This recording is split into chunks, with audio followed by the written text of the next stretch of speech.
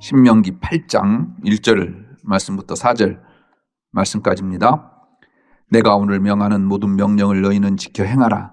그리하면 너희가 살고 번성하고 여호와께서 너희의 조상들에게 맹세하신 땅에 들어가서 그것을 차지하리라. 내 하나님 여호와께서 이 40년 동안에 내게 광야길을 걷게 하신 것을 기억하라. 이는 너를 낮추시며 너를 시험하사 내 마음이 어떠한지 그 명령을 지키는지 지키지 않는지 알려 하심이라. 너를 낮추시며 너를 줄이게 하시며 또 너도 알지 못하며 내 조상들도 알지 못하던 만나를 내게 먹이신 것은 사람이 떡으로만 사는 것이 아니요 여호와의 입에서 나오는 모든 말씀으로 사는 줄을 내가 알게 하려 하심이니라. 이 40년 동안에 내 의복이 헤어지지 아니하였고 내 발이 부르트지 아니하였느니라. 아멘. 영국에 많이 가보지는 않았지만 영국에 가서 느낀 것이 무엇이냐면 말 그대로 신사의 나라답게 사람들의 매너도 참 좋았을 뿐만 아니라 오랜 전통으로 나라가 다듬어져서 고풍스러운 그 모습들이 참 인상적이었습니다. 무엇보다도 참 부러웠던 것은 사람이 사람 대접을 받는다라는 느낌을 받았습니다. 많은 세계적인 작가들, 햄릿과 같은 4대 비극을 쓴 셰익스피어, 신라권의 존 밀턴, 로빈슨 크루소의 다니엘 디포, 걸리버 여행기의 조나단 스위프트 같은 그러한 분들을요 아주 관광 상품화할 정도로 그들을 존경하고 위대하게 생각합니다. 우리나라에도 그에 못지않은 대단한 분들이 참 많습니다. 박경리 선생님을 비롯해서 조정래 같으신 분들은 세계적인 문학가들입니다. 저는 지금 참 그 책들을 다시 읽는다는 게 힘들어서 제가 은퇴하고 좀 한가할 때 꼭 읽어보고 싶은 5가지 책을 제가 정해 놓았습니다. 리스트를 만들어 놨어요. 토지, 태백산맥, 아리랑, 한강, 상도 모두 다 장편 소설인데 이 5권의 책은 꼭 다시 한번 읽어보려고 마음먹고 있을 정도로 아주 문필이 뛰어난 작가들이 쓴 책입니다. 그런데 우리나라는 사상이 보수적이다, 작용화됐다라고 해서 그분들을 귀히 여기지 않습니다. 특히 내가 너무 잘나서 남 잘난 꼴을 보지 못합니다. 그래서 존경하는 사람들 별로 없어요. 참 안타깝습니다. 요즘 젊은이들이 롤모델로 삶을 만한 기성세대들이 없다. 우리 장모님 아까 기도하셨듯이 대통령을 뽑아야 되는데 누구를 뽑아야 될지 모르겠다라고 하는 분들이 참 많습니다. 참 안타깝죠. 그런데 생각해 보면 그 유럽 사람들이나 우리나 똑같은 사람의 성정을 가진 것 아니겠습니까? 중요한 것은 우리가 어떤 눈을 가지고 보느냐에 따라서 다른 것 아니겠습니까? 그들이라고 해서 왜 비판받을 일들이 없겠습니까? 그러나 그들의 좋은 점들을 칭찬해주고 스타로 만들어가는 그러한 모습들이 우리나라의 아쉬운 모습들 아니겠습니까? 해리포터를 쓴 작가 조앤 K 롤링도 마찬가지입니다. 그녀가 자주 간 카페를 비롯해서 해리포터 영화 촬영지 등은 관광 상품화 되었습니다. 그녀에 대해서 잠깐 소개해드리면 1965년에 영국에서 태어났고 어릴 적부터 엉뚱한 상상력으로 망상으로 머릿속을 가득 채웠다고 합니다. 대학 졸업하고 취직을 했지만 3개월을 넘기지 못했다고 합니다. 왜냐하면 회사 일을 해야 되는데 엉뚱한 마법사와 같은 생각들을 하니까 회사에 폐를 끼치게 되고 또 상사를 잘 섬기지 못해서 결국 3개월을 버티지 못했다고 합니다. 하는 수 없이 그는 포르투갈로 건너가서 영어 학원 강사를 하게 되었는데 그곳에서 한 방송국 미남 남편인 PD를 만나게 되었다고 합니다. 이제 행복할 줄 알았죠. 그런데 너무 잘생겨서인지 그 남편이 바람둥이였다고 합니다. 그래서 결국 헤어질 수밖에 없었고 영국에 비행기 탔을 때 그의 짐은 조그마한 보따리 하나와 뱃속에 딸 아이가 잉태하고 있었다고 합니다. 영국에 들어왔을 때 그를 맞이할 수 있는 사람은 없었다고 합니다. 그를 반겨줄 사람도 없었습니다. 어머니는 이미 돌아가셨고 그는 그 아기를 낳고 생계가 막막해서 할 수 없이 국가에서 주는 보조금을 타서 간신히 분유를 사서 먹였는데 그 돈이 너무나도 부족해서 때로는 분유 살 돈이 없어서 맹물로 그 아이의 배를 채우곤 했다고 합니다. 가구도 없어서 동생이 쓰던 가구를 빌려다가 사용하고 있었다고 합니다. 그런데 어느 날 문득 그런 생각이 들더래요. 평생 내가 이렇게 살아야 되겠는가? 자기 자신을 비춰보는데 갑자기 그간 잠재되어 있던 자기의 꿈이 꿈틀거리고 소망이 싹트더라는 것입니다. 그래서 그는 그 어려운 가운데 아기를 들쳐 있고 런던 골목 허름한 곳에 있는 카페에 가서 틈나는 대로 글을 썼습니다. 그 글이 어떤 책이냐면 해리포터와 마법사의 돌이라고 하는 책이었습니다. 출간되자마자 베스트셀러가 되었고 세계 최우수 아동 도서가 선정되어서 67개국 언어로 번역되어서 4억 5천만 부를 팔게 되었다고 합니다. 역사상 성경책 빼놓고 이렇게 많이 팔린 책이 없대요. 그래서 기네스북에 오를 정도입니다. 소설, 영화, 캐릭터 등으로 2조 원 이상의 돈을 벌어서 영국 여왕보다도 부자 리스트 상위에 랭크되는 기염을 통하기도 했습니다. 그런 그녀는 그의 인생을 돌이켜보면서 이렇게 이야기합니다. 인생의 실패 앞에서 오히려 나는 자유로웠습니다. 가장 밑바닥 인생을 새로 세울 수 있는 단단한 기반이었습니다. 강원, 인제, 용대리, 대관령 하면 여러분들 뭐가 생각납니까? 장모님은 기도원 생각나시죠? 저는 황태가 생각이 나요. 이 지역에서 나오는 황태가 맛있는 이유가 있다고 합니다. 겨울이면 밤에는 영하 20도를 밑돌고 낮에는 다시 햇빛이 비쳐서 얼었다 녹았다 반복을 해야 이게 황태가 노라진다네요. 영하 10도 이상으로 올라가면 황태 색깔이 노랗게 변하는 게 아니라 거무죽죽해지고 맛도 없어진다요. 그런데 이 용대리와 대관령은 그 황태를 말리는데 최적의 덕장이라고 합니다. 우리 인생도 그렇습니다. 때로 고난과 역경이 우리의 인생을 명품 인생으로 만들어 놓습니다.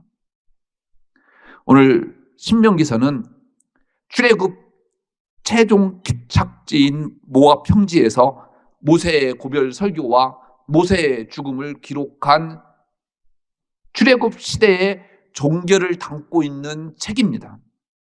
특히 오늘 본문은 하나님께서 왜 이스라엘 백성들을 광야에서 40년 동안 걷게 했는지를 설명하고 있습니다. 그것이 무엇입니까? 첫 번째로 하나님은 이스라엘 백성들을 낮추시기 위함이었다. 모세는 이야기합니다. 민수기 13장에서 14장에서는요, 여러분들이 잘 알고 있는 가데스 바네아에서 12명의 전탐꾼을 보내는 이야기가 나옵니다. 그들이 정탐을 갔다가 돌아와서 무슨 보고를 합니까? 하나님이 약속해 주셨던 대로 거기는 기름진 젖과 꿀이 흐르는 땅 맞다. 그런데 거기에는 거인들이 살고 있고 엄청난 요새 안에 갇혀 있기 때문에 우리가 그곳에 들어갈 수 없다. 이 말을 듣고 이스라엘 백성들은 어떻게 합니까? 모세와 아론을 비난합니다. 그리고 심지어 다른 지도자를 세워서 출애굽 했던 곳으로 다시 돌아가자 이야기합니다. 여러분, 아론과 모세를 욕하는 것은요, 비만하는 것은요, 곧 하나님을 욕하는 거예요. 왜 그렇습니까? 아론과 모세를 세운 것은 하나님이기 때문에 그렇습니다. 곧 이것은 하나님을 인정하지 않는 것입니다. 교만 중 최고의 교만은 이렇게 하나님을 인정하지 않는 것입니다.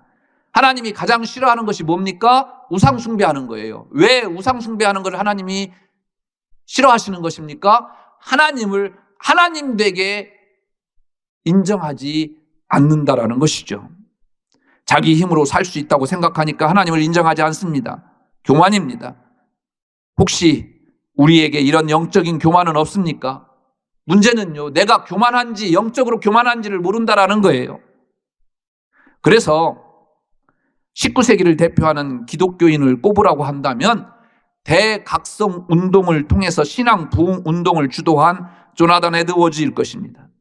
그는 균형 잡힌 부흥론이라고 하는 책에서 영적으로 교만한 자의 특징 10가지를 다음과 같이 이야기하고 있습니다. 첫째, 다른 사람의 죄에 대해서 신랄하게 비난한다. 둘째, 다른 사람의 결점에 대해서 가혹하게 비난한다. 셋째, 자기를 독특하게 과시하고자 한다. 넷째, 자기가 다른 사람보다 낫다고 생각해서 자신을 다른 사람과 분리시키려고 한다. 다섯째, 자신에 대한 반대와 공격에 대해서 아주 예민하게 반응한다. 여섯째, 비난당할 때 비난당하는 일을 오히려 더 열성적으로 한다. 일곱째, 하나님과 사람 앞에서 너무 자만하다. 여덟째, 자신이 주목받고 존경받는 것을 당연하게 생각한다. 아홉째, 다른 사람을 소홀히 한다. 마지막으로 자기를 비난하는 사람과는 어떠한 대화나 토론도 거부한다. 여러분들은 어떠십니까?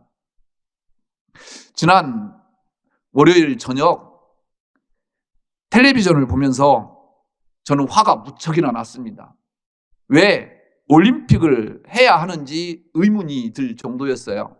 여러분들도 많이 보셨을 겁니다. 쇼트트랙 1000m 준결승 전에 우리나라 황대헌 선수와 이준서 선수가 준결승에서 완벽하게 1, 2등 했잖아요. 저는 그거 결승전 골인 할 때까지요, 지금까지 쇼트트랙 보면서 그렇게 잘하는 선수를 본 적이 없었어요. 대단했어요. 완벽하게 1등, 2등인 줄 알았는데 어처구니 없이 심판이 오심으로 실격을 당했어요. 그리고 나서 중국 선수들이 올라갔죠. 그래서 중국 선수들 옷깃만 스쳐도 실격당한다라고 하는 말이 생길 정도예요. 바람만 불어도 실격을 당한대요. 그래서 저는 아내한테 화가 나서 저런 올림픽 왜 하느냐며 우리나라 선수들 다 철수시켜라. 그랬더니 집사람이 뭐라고 하는 줄 아세요? 내가 IOC 위원이냐? 그래요. 그런데 경기 직후에 이 황대헌 선수가 SNS에서 이렇게 글을 올렸어요. 장애물을 마주했다고 반드시 멈춰서야 하는 건 아니다. 벽에 부딪힌다고 돌아서거나 포기하지 말라. 어떻게 벽을 오를지, 뚫고 나갈지 또는 돌아갈지 생각하라 라고 하는 농구 황제 마이클 조던의 명언을 떠돌리면서 마음을 잡았더라고요. 그리고 1500m를 앞두고 오늘은 더 깔끔한 경기를 준비했다. 결국에는 깨끗하지 못했으니 그런 판정을 받았을 거다. 그래서 더 깔끔하게 아무도 나에게 손을 대지 못하게 하는 전략을 세웠다라고 이야기하며 인터뷰하면서 기자들이 그 전략이 뭐냐라니까 보면 압니다 라고 했는데 여러분들 보셨어요? 한 바퀴를 돌자마자 맨 앞으로 가서 아예 중국 사람들하고 거칠 것도 없었어요. 그래서 금메달 땄어요. 아멘도 안 하네. 저도 그렇게 화가 났는데 그 당사자들은 얼마나 화가 났겠습니까? 억울했겠습니까? 그들은 4년 동안 그것만 바라보고 땀을 흘렸지 않았겠습니까? 그런데 공정하게 했다고 한다면 모르겠지만 요즘 우리의 사회에 대두되는 공정이라고 하는 말이 거기에서 대두되지 않았습니까? 사실 그 황대헌 선수가 24살이래요. 그런데 이렇게 침착하게 겸손하게 그 일을 처리하는 것을 보고 저는 많이 느꼈습니다. 그런데 이에 비교되는 또 하나의 선수가 있습니다.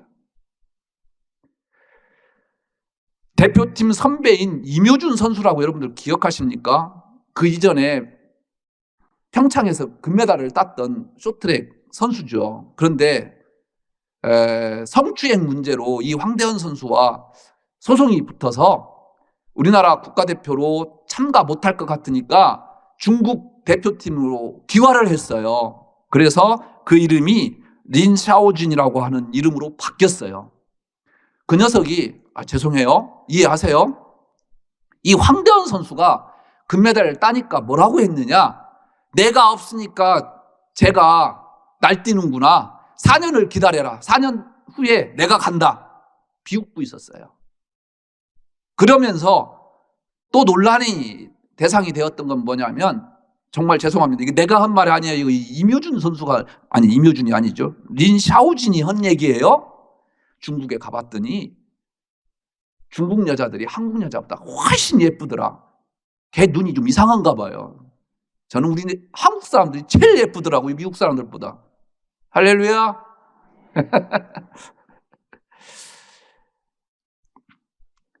그의 인성의 논란거리가 되었습니다.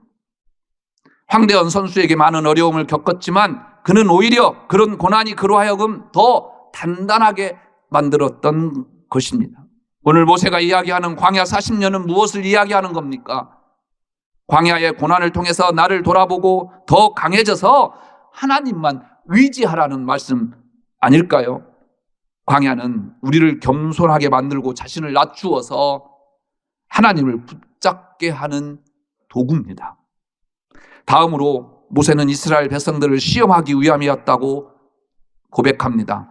2절에서 너를 시험하사라고 하시는데 여기서 시험한다라고 하는 의미는 무엇을 입증하기 위해서 시험하다라는 뜻입니다. 시험이라고 하는 말을 두 가지 영어 단어로 표현하더라고요. 테스트, 시험, 템테이션, 유혹이라고 하는 단어입니다. 유혹은 말 그대로 마귀가 우리를 유혹하는 겁니다. 세상은 늘 하나님을 믿는 저와 여러분들을 유혹하지요. 그래서 베드로 사도는 근신하라, 깨어라, 너희 대적 마귀가 우는 사자같이 두루 다니며 삼킬 자를 찾나니라고 하였습니다. 유혹이 우리를 망하게 하려고 사탄이 유혹하는 것이라고 한다면 테스트는 우리의 신앙과 믿음을 단련시키기 위해서 하나님이 시험하시는 것입니다. 그래서 본문처럼 하나님은요, 우리를 고난 속으로 밀어넣는 거예요. 왜? 더 강하고 하나님의 더 큰 기쁨이 되게 하기 위해서 그 광야 속으로 밀어넣는다라는 거예요. 할렐루야. 그래서 하나님은 얼마나 우리를 믿음 안에 굳게 연단하시는지 테스트해 보시기 위해서 우리를 그 고난 속에 몰아넣는다라는 것입니다. 혹시 하나님은 코로나19를 통해서 우리를 시험하고 있을지 모르겠습니다.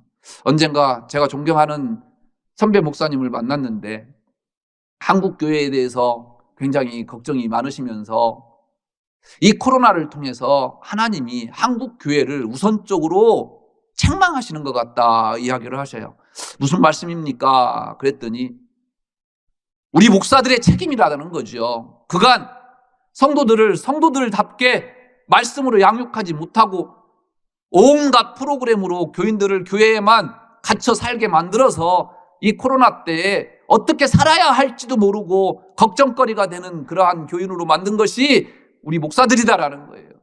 그래서 이 코로나를 통해서 하나님께서 어떻게 보면 채로 걸러내는지도 모르겠다라고 이야기하는 말씀을 들었습니다.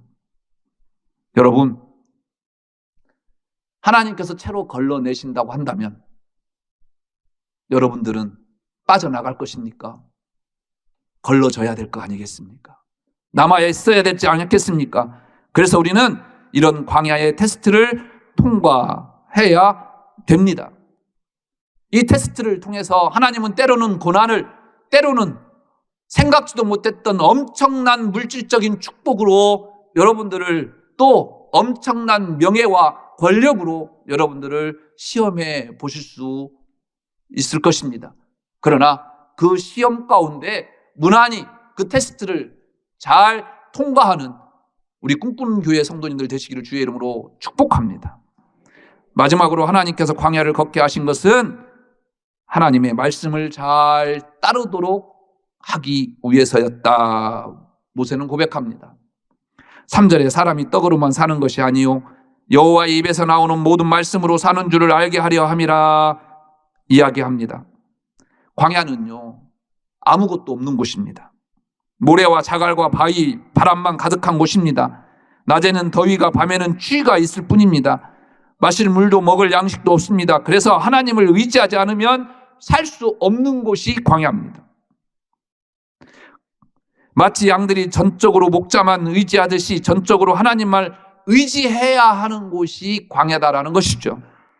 그래서 하나님을 의지하는지 의지하지 않는지 알 수 있는 가장 최적의 장소가 광야다라는 겁니다. 이스라엘 백성들은 하나님을 의지하기만 하면 가꾸는 수고도 없이 만나를 먹었습니다. 그들이 필요하면 하나님은 생수를 공급하십니다. 그들이 고기 맛을 못 본 지 오래됐다고 하면 메추라기를 하나님께서는 끌어다 주셨습니다. 본문 4절 말씀처럼 의복이 헤어지지 아니하였고 발이 부르트지 않게 하셨습니다. 또 그들이 가지고 있는 소와 양을 통해서 우유와 치즈를 마음껏 먹게 하셨습니다. 광야에서 이 정도면 호텔 생활 아닙니까? 그런데 우리는요, 그럼에도 불구하고 또 불평하고 불만합니다. 하나님께서는 이렇게 광야를 통해서 우리에게 무엇인가 깨닫게 하십니다. 무엇입니까? 하나님의 말씀 안에 있을 때 내가 너를 책임지겠다라는 거예요. 길쌈도 아니었고 농사도 아니 졌는데 이스라엘 백성들 가나안 땅에 들어갔어요. 무엇입니까? 하나님의 말씀에 따라서 이것을 보여주는 것입니다. 성경을 보면 요셉, 다니엘, 여호수아 등은 눈에 띄는 큰 허물이 없어요. 허물 없는 사람이 어디 있겠습니까? 그런데 왜 유독 이 세 믿음의 조상들은 특별히 성경에 큰 오점이 없는 것일까? 오늘 말씀을 준비하면서 저는 그렇게 한번 생각해 봤습니다. 이 세 사람 모두 광야를 체험했기 때문이다. 여러분들 잘 알다시피 요셉은 노예와 감옥이라고 하는 광야를 통과했고, 다니엘은 풀물불과 사자굴의 위협을 통과했고, 여호수아는 모세의 시종으로 무려 40년 동안 기다림의 광야를 지났습니다. 이처럼 광야와 고난은 견디기 힘든 곳이지만 인생의 유혹과 시험에 대한 훈련의 장소였던 겁니다. 무엇보다도 이들은 하나님 말씀에 충실했습니다. 오직 하나님의 약속만 바라보고 살았다라는 것입니다. 이스라엘의 왕이었던 사울과 다윗의 차이점이 무엇입니까? 둘 다 시작할 때 비슷했어요. 탁월한 외모와 또 겸손했고 리더십이 있는 지도자 자격을 갖췄습니다. 그러나 사울은 무너졌고 다윗은 세웠습니다. 다윗은 비록 인간적인 많은 약점이 있었지만 오직 하나님의 말씀에 서 있었기 때문에 하나님은 그를 세워 가셨던 것입니다. 그러나 사울은 하나님을 떠났습니다. 그런데 또 하나 이유를 저는 찾아냈습니다. 다윗에게는요, 오랫동안 광야에서 양을 치면서 홀로 보낸 광야가 있었다고 한다면 사울에게는 이 광야가 없었어요. 광야를 지나보지 못한 사람은 넘어졌다가 다시 일어나는 힘이 없습니다. 인생의 광야가 없으면 또 다른 광야를 만났을 때 그 광야를 이겨낼 힘이 없습니다. 그러니 넘어질 수밖에요. 그렇기에 복된 사람은 변화시키는 솔루션이 바로 이 광야라는 것을 깨닫습니다. 그래서 그 광야를 감사함으로 기쁨으로 받아들입니다. 우리나라에는 보기가 힘든데요, 서양에는 쐐기풀이라는 풀이 있다고 합니다. 우리나라에 깻잎과 아주 똑같다고 그럽니다. 흡사하다고 그래요. 그래서 외국 사람들이 깻잎을 가지고 삼겹살 싸먹고 깻잎을 가지고 장아찌를 만들어 먹는 것을 보고 깜짝 놀란다고 그래요. 쐐기풀 가시는 독성이 있어서 찔리면 굉장히 아프다고 합니다. 여름에 꽃이 피는데 줄기나 잎에 연한 가시가 있어서 살짝 스치기나 건드리면 가시에 찔려서 상처가 난다고 합니다. 그런데 특이한 게 있다고 합니다. 이 쐐기풀을 세게 꽉 잡으면 찔리지 않는데요. 어떤 아이 하나가 이 쐐기풀에 찔려서 울면서 엄마에게 왔습니다. 그 엄마는 아이의 상처를 어루만져주면서 이렇게 조용히 이야기했습니다.